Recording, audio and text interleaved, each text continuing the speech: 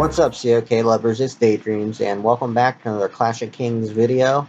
Today we're going to do the level 26 troop composition. A lot of you have been requesting it, and it is finally here. Okay, let's go and get started. This is for a 100,000 troop march, which is what you get at 26 with the 26 drill grounds and the science that comes with level 26. So for your front line, you're going to start out with the T7 guard. You're going to have around 15,000 of those. They're right here. These are your meat shields. They have a high health, high defense, and they're going to basically take the punishment so that the rest of your troops don't die. If you do not use these T7 guard, yes, I know they die. Yes, I know they die in rallies, but if you do not use those, double of your other troops are going to die. So would you rather lose 5,000 T7 guard or 15,000 T9 halberdier? Okay, just trust me, they serve a purpose. You definitely want to have them up front. You're going to want to use about 15,000 of those. Okay, and then second in the layer, you're going to have the T9 halberdier. These are a high attack pikeman counter, and you're going to want to use around 15,000 of these as well. They are a pretty good troop. They're a good frontline troop, and since so many people use a lot of cavalry and have a lot of cavalry skill set, you're going to want to have a nice bit of these up front to take care of the cavalry. Okay, and speaking of cavalry, next up in the lair is the T8 Royal Knight. You're going to want to have around 10,000 of these Royal Knights. They're a pretty well-rounded troop, good attack, good defense, and good health. And they kill the ranged units in the enemy troop composition, so you're going to want to have around 10,000 of these. Okay, next up, this is what I think is the strongest troop in the T9 level 26 troop composition, and that is the T9 Strike Archer. I still have over 100,000 of these. They're a really good troop.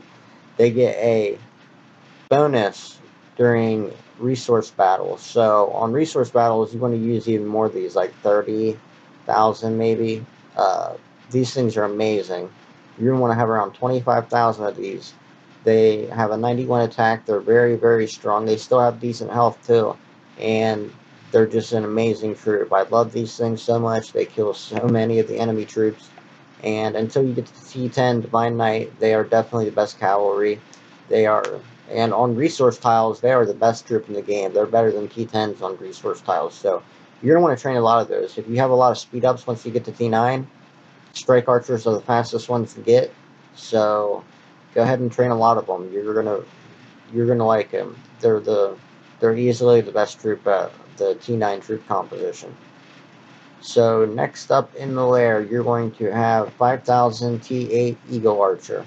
You know, they are a defensive archer, but they do serve a purpose. They are pikeman counters, and, you know, they have a little bit of health. They protect your windless man, your crossbowmen, so you're going to have a little bit of these in there, about 5,000 of these T8 Eagle Archer. And then behind them, these are decent. The windless man, they're the best attack archer in the game, 98 attack. As you can tell, they have a good attack. They also get a little bonus on defense, so they are pretty decent. You're going to want to have around 10,000 of these in your lair, so go ahead and put those behind. They're a decent ranged unit. And since you do not have the T10 Trebuchet yet, you're going to be using the T8 Trebuchet to finish out your lair. They're right here. I still have 55,000 of them. They're really good at troop.